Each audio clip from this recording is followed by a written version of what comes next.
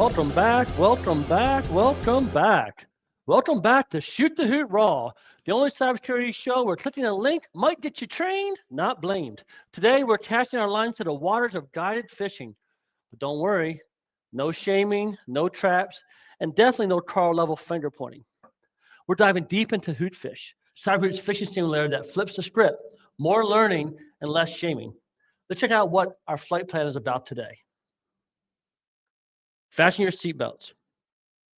Put your tray tables up and prepare for liftoff. Here's what's on today's Shoot the Hoot RAW flight plan. Our first stop, the 5-minute rant, where I get a little spicy about the old way to train on phishing and why HootPhish is the better, brighter, and more brain-friendly way to do it. Then it's the CyberHoot nerd update. Fewer bugs, more HUDs, and a whole lot of back-end magic. Next up is Open Mic Q&A, your chance to ask the Hoot and get the truth. Nothing off limits except Carl's browser history. And finally, buckle up for a Hoot-worthy horror story we're calling The CEO Who Let Hackers Check In. And yes, it's exactly as terrifying as it sounds. Well, that's the itinerary. Let's take off and train like the cyber-savvy bird we are. Hoot up. Let's see here. Boom. Okay. Let's talk about traditional phish testing for just a second. You know the ones. A sketchy email lands in the user's inbox. You click it because you're human. We get it. We click it. We're human. And suddenly, boom, like they said in My Cousin Vinny, boom, a bullet to the head. Boom, you're on the wall of shame. Subject line, clicked again. The problem, fear-based training doesn't create smarter users. It just creates paranoid ones. In fact, studies show that users trained with positive reinforcement are 50% more likely to retain what they learn compared to those trained with fear and punishment. And for those who were trained with fear and punishment, 1 in 3 employees say they felt anxious or embarrassed after failing a phishing test. So in May of 2024, a Doodle security blog came out that posted, they talked about traditional phish tests and how they don't effectively prevent people from being fooled.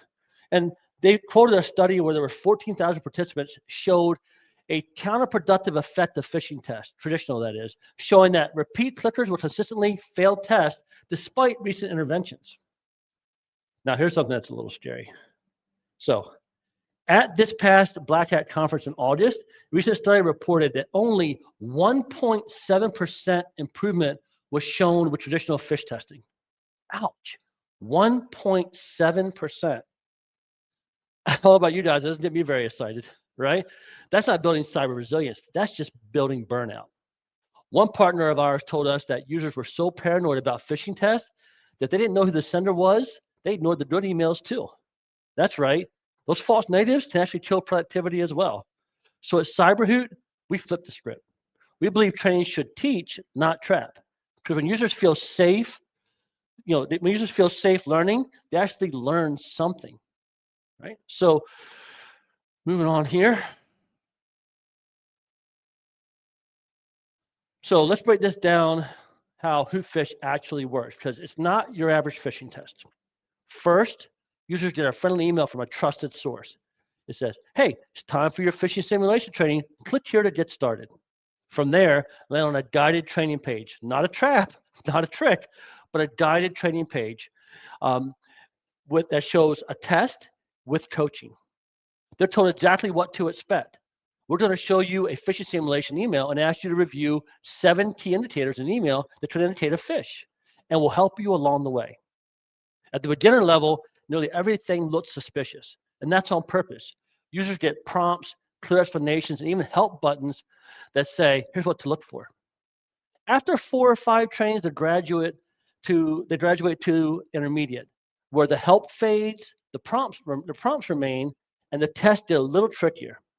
Then comes advanced, where the gloves are off. No help, no prompts, and only 1 to 2 suspicious indicators. Users must spot them on their own and click on what's actually suspicious. The entire journey is built around positive reinforcement. They can retake the training, they can see what they missed, and actually learn from it.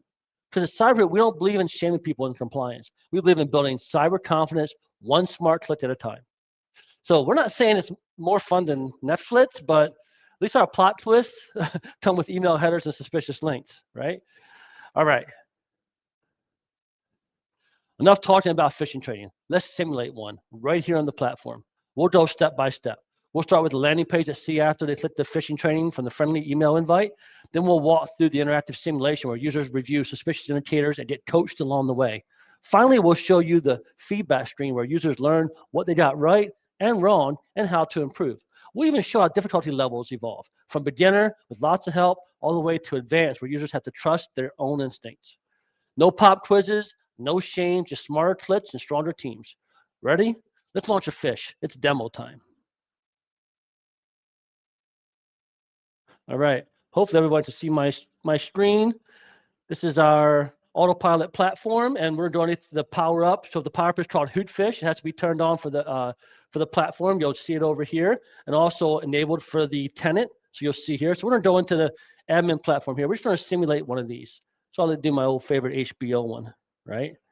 So what will happen is the user gets that invite in their inbox. Says, hey, look, your company wants you to take your phishing simulation training. Click this link, get started. And the landing page looks like this. Now, don't be wrong, the simulation will not be there. We're doing a simulation that will not be shown to them. This will actually be the live environment, right? And we tell them here, look, we're going to test you on these 7 indicators. We're going to ask you if they're safe or unsafe, or they're suspicious. What are they? Right? We're going to walk you through. We want you to get at least 80% on this test to be compliant, and then, or at least take it at least 3 times, right? Now that 3 times, we're in a simulated environment. We don't really keep track of the times through there, but we tell them at least 3 times. We want them to make sure they're doing the work and they're becoming compliant. We want them to push for that 80% or better. Now, if they're not sure what to do, they can actually click on this white labeled video down here. It'll pop up. It'll walk them through what this actual phishing simulation training and how it works. So let's get started. I just want to make sure I think everything's being seen all right. So here we go. I'm going to scroll past the simulation. Like I said, that won't be there. Now notice in our simulations, we start out at the beginner level. The beginner gets the help over here. It tells them about this indicator and what to look for. It gives them a prompt and says, hey, does this indicator look safe or suspicious? So in this scenario, this is the sender. So the trainer, the employee's learning, I have to look at the sender. It's very important. Does the sender appear safe or suspicious? Well, what if I don't know? Let me look. What if sender is appropriate so I can read about it over here? Usually blah, boom, boom, Amazon.com, Microsoft, Amazon, R&M. I'm sorry, R&N always reminds me of Microsoft when I see it because I'm used to seeing those where they replace the M with an R&N and trick you. So hover over the name to see the sender's email. Sure enough, do that. HBO Mats at service.hdomats.com. Yeah, suspicious. I'm sure HBO Mats is going to be hbomats.com. So to me, this is suspicious. Now, the next one here. Does the subject appear safe or suspicious? What does it mean to be safe or suspicious? I can look over here and say, is it creating a sense of urgency, spelling, grammar issues, punctuation mistakes, you name it, promises? Let's see. Someone wants to add a new profile to your account. Account's missing a C. Will you let them, a comma, will you let them? I don't know. That way this looks at all. You got different punctuation at the end. We got a comma in the middle, a misspelled account. To me, this is suspicious. And also it's saying, will you let them? It's like saying someone's breaking into your house. Will you let them? It's trying to get me emotionally involved. I don't like it. This is suspicious. Next, high value customer. Now in our platform, we know the first names and last names of your employees. So if this was actually a good indicator, it would say, hi, Chuck. Hi, Joe. Hi, Dave. Hi, Jane. High five. No, it would say hi to them specifically. And in the simulated environment, I'm actually the test user. That's my name. So it would say here, hi test. This was a good indicator. It's actually not good. You see these generic ones over here as the entry-level help tells you, not good. To me, this is suspicious. But I wanted these next 2 wrong on purpose. I want you to see what happens at the end. So I'm going to actually mark this one safe, though I know it's suspicious. Now, next, does the spelling, punctuation, and grammar appear safe or suspicious? Well, that's pretty straightforward, but I can read a little bit more about it over here if I want to. So not long ago, comma, someone added a new profile to your HBO Mats account. Nice, you, okay, that's 2 capitalized letters there. You can add up 5 profiles for everyone in your household. Now, your household can watch different things that you like in no period at the end. This is definitely suspicious. I don't like the way this looks and feels. To me, this is suspicious, but again, I wanted this one wrong too, so I actually mark it safe. Now, does the text here appear safe, calm, and informative, or is it suspicious where it's urgent or emotionally charged? So if you see what's happening here, we're teaching people where to look and also the kind of things to look for. right? And we talked about over here about what's it mean to be calm and informative, and there's FOMO, and there's, trying to this emotional excitement or urgency involved here. And this one here, if you don't update your account, please contact your customer service at your convenience. That's pretty laid back. I don't really feel sweating it, and the grammar's good. It's calm. It's informative. I liked it. I'm gonna mark it safe. Next, does this link appear safe or suspicious? What does it mean? Link or safe? No, it's customer service. It's spelled right. I like the way it looks. But overlooking, boom, boom, boom. Let's see here. Hover over the link to see the URL. No problem. Service.hdolmass.com. Again, the D and the B trying to trick me here. This is suspicious. Now I'm going to submit. Up 67%, right? Too bad. Now, in a real environment, let's say you got to take this at least 2 more times, but this is a simulation, so you won't see that. It doesn't increase. And we look here, it says, hey, you got the sender and subject right, the grading and spelling are wrong, the urgency and the link are right. So that's helpful, but not as well as it could be. Let's help some more. Now we're going to walk you through what you actually answered. In this scenario here, the sender was safe or suspicious, and I knew it. The domain HDOMass replaces the B with a D. So you see the explanation here tells you specific to the actual test why it's good or why it's bad. And then there's a generic tip around typo squatted domains that differ. Go through the next one here. There's a suspicious subject and you knew it. Hey, I'm 2 for 2. The phrase, will you let them, as an emotional element creating concern? This sure does. Not to mention the other little issues in that thing. This is definitely bad. And we give you a generic tip here as well. Let's keep moving. High value customer. Ouch. This is suspicious grading and I missed it. Because it sure said, hey, Chuck, or hey, test, right? In the simulated environment. It didn't do that. It used a generic one. There's your explanation. There's your generic tip. Next. This is suspicious spelling, punctuation, grammar, and I missed it. I sure did. Your household, I messed that one up. You can see that very clearly, right? My English teacher would not be very happy with me. Anyways, my phishing email, generic tip down here. You can learn about it there. Keep moving. Down here, this is a safe urgency, and I knew it. You bet I did. At your convenience reduces the urgency. I didn't feel stressed at all. I felt like, oh, I was just chilling and watching this one. This was good, right? And then you get a generic tip there. Lastly, service.hdolmass.com. Yep, HDOMass. It misspells HDOMass as the HDOMass, trying to trick the users into the domain.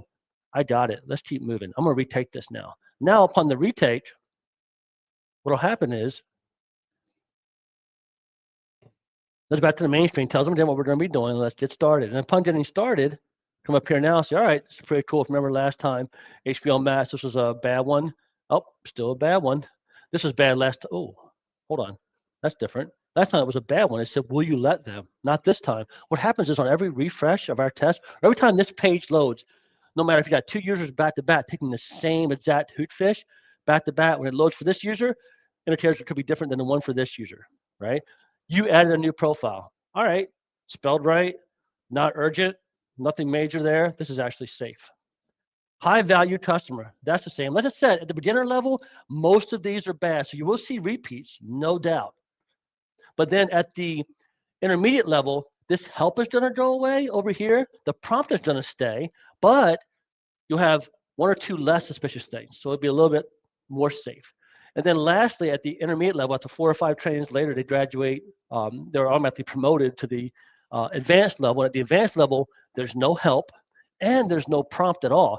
There's just less indicators in there, maybe 1 or 2. And the other user has to pick the ones that are bad, right? This one here, high value customer, this is definitely suspicious.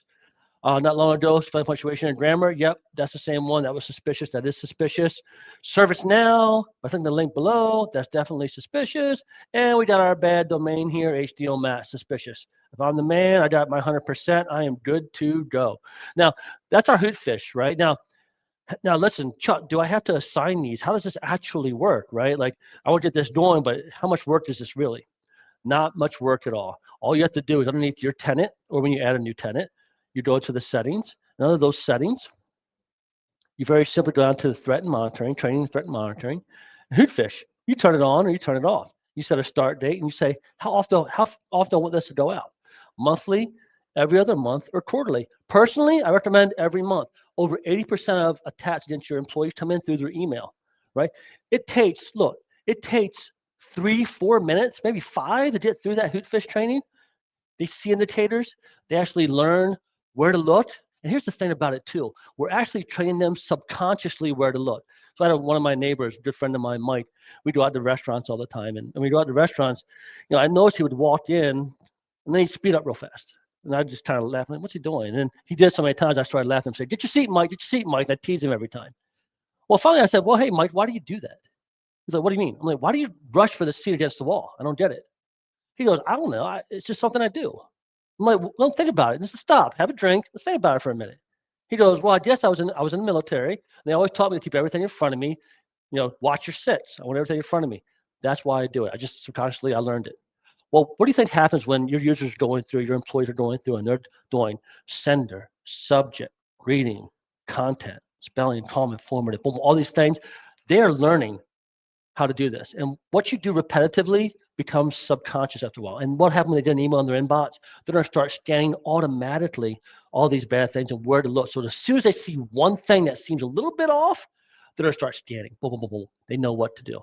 I recommend send out every month. It takes 5 minutes to do, but it'll save you money, time, etc. Right? Very, very simple. Once you turn on, it's super, super simple. This will run forever until you say stop. And all you do is say stop, is just turn it off with the little button there. But I suggest you leave it on. So that HootPhish power up, it's available on the platform today. You can turn it on in the entire platform by just making sure it's enabled. And you can turn it on for the individual tenant over here at the going into their settings, or when you're adding the actual tenant. All right, so let me go back to our screen. That's our HootPhish overall. That's how it works. That's how it flows. Super simple, super easy, super automated. And our strong vCISO team are constantly putting more and more HootPhish into the platform. We're putting ones based upon region. Well, we have a task on my board over there to put in, so we can actually create our own custom. You can create your own custom HootPhish to put in there as well. Lots of great things coming in. It's just very, very powerful power up. Right, so look for it. I'm gonna remove this here. Let's add this back to stage. All right, and whoa, there I am again. All right, so while HootPhish is busy leveling up your users, we've been busy leveling up the platform on the back end. It's time for your CyberHoot nerd update, where bugs get squashed, features get fancier, and somewhere Crawford gets to refresh his browser again. So let's take a look at what's new under the hood. All right, first up, we gave our magic linked emails a glow up. Clearer wording, better click-throughs, and 32% more magic. We removed the dusty old quality checks tabs from the manager compliance report and added a shiny new download button by admins in Power, because clicking should feel powerful. We dropped some sweet custom hoots API docs. So if you're into endpoints and headers, go ahead, nerd out. Very techy, very geeky. We had a bug where custom hoots broke when you only had one tenant in the platform. Yeah, that's been fixed. One is no longer the loneliest number. We cleaned up policy level messaging in Power as well. Now it pulls from your actual custom messages everywhere. Set it once, forget it never. And those weird warning banners in autopilot about future only changes, gone.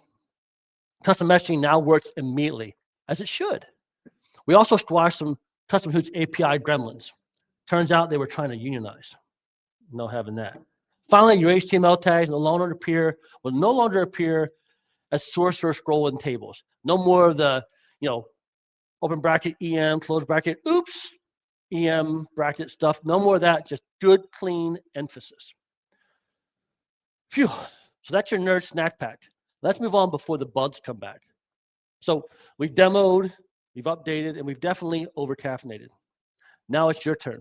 Whether it's about HootPhish, phishing fails, or just what flavor of energy drink fuels all this code, drop your questions in the chat. It's time for the open mic Q&A. And yes, Carl, we're still ignoring your request for dark mode.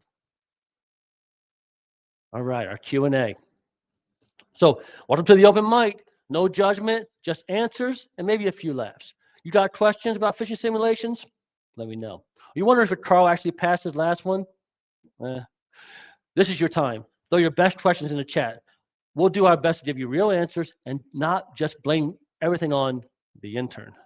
All right? So what questions do we have? All right. First question.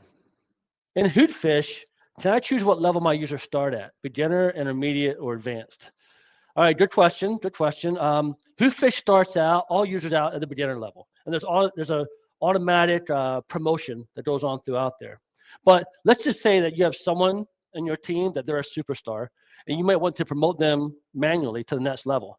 So, I guess the answer here is yes and no. Oh, I know. As I was going through my demo practice this morning, I noticed that this option is in our Power Platform. It's not in our Autopilot platform. So what did I do? I submitted a request today and expect it to be released next week. This is where you'll find it in the platform. So let me come over to here. Let me share my screen again, and I'll show you where you're going to find it. It's not there yet, but it's going to be there. Let me take down this question here. So what's going to be happening here soon, hopefully by next week, you would find that update. Let's see, you're going to be right here. You would go into your users, you go into the tenant, go to the users, right? You find that power user here, you edit them, and it's going to be right here. Right there, you'll see change the mode. Let's say, for example, that someone has been automatically promoted to next levels, but you're just not comfortable with where they are. You can actually push them back down to a lower level as well. So there'll be a drop down here that says beginner, intermediate, and advanced. All right, it'll be right here. Sorry, it's not there yet. I saw it this morning. We're going to take care of it. It'll be there next week. All right, stop and sharing. Put this back on. Put me back in like Flynn. All right. So the answer is that question. So it's coming, I promise. Next week, hopefully, right, TJ? All right. Next, what questions do we have?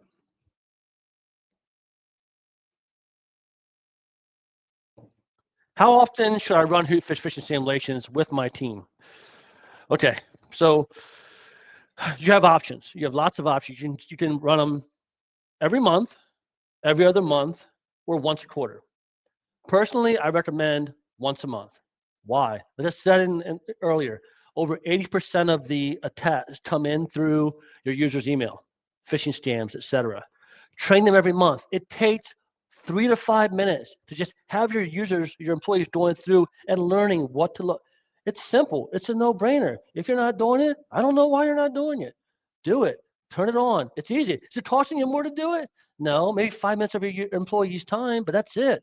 But it could save you millions, and help protect this clip. So that regular friendly practice that keeps phishing top of the mind, you want it there every month. And guess what?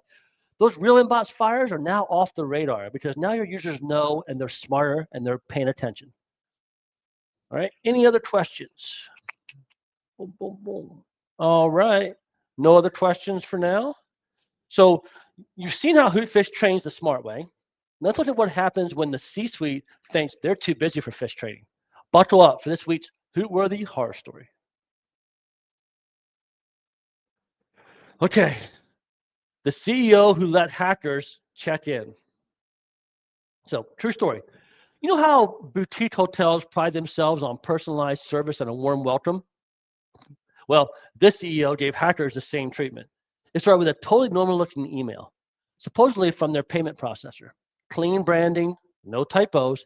Even the sender address looked legit at first glance. Without second thought, the CEO clicked the link. He landed on a familiar looking login page, perhaps a replica of the real thing, and entered his credentials.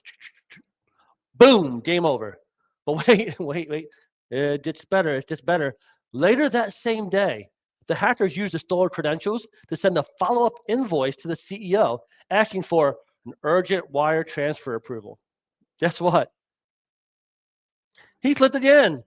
1.1 million vanished faster than a minibar Snickers, right? Faster than that minibar Snickers, 1.1 million out the door and gone. Going away, flying away. There it goes, right? So, but even worse than that, I know 1.1, that's pretty bad, right? But even worse than that, the breach exposed personal guest data, including VIPs, putting the hotel's reputation on thin ice. All because someone at the top thought, it looks fine to me.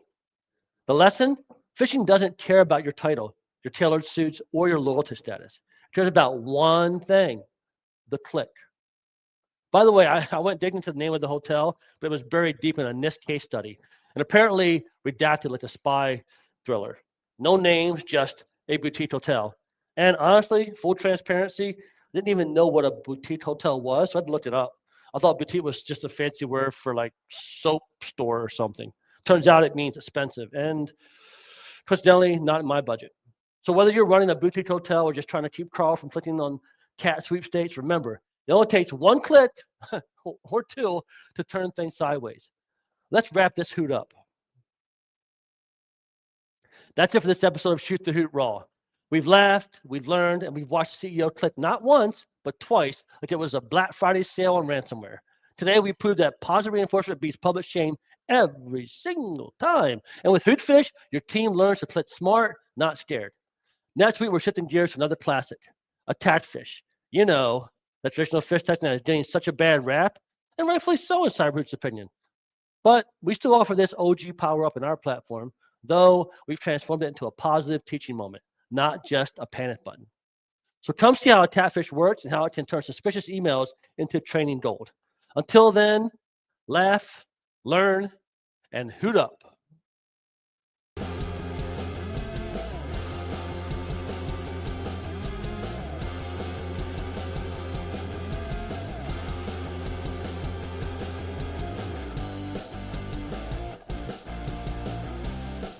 Hoot up!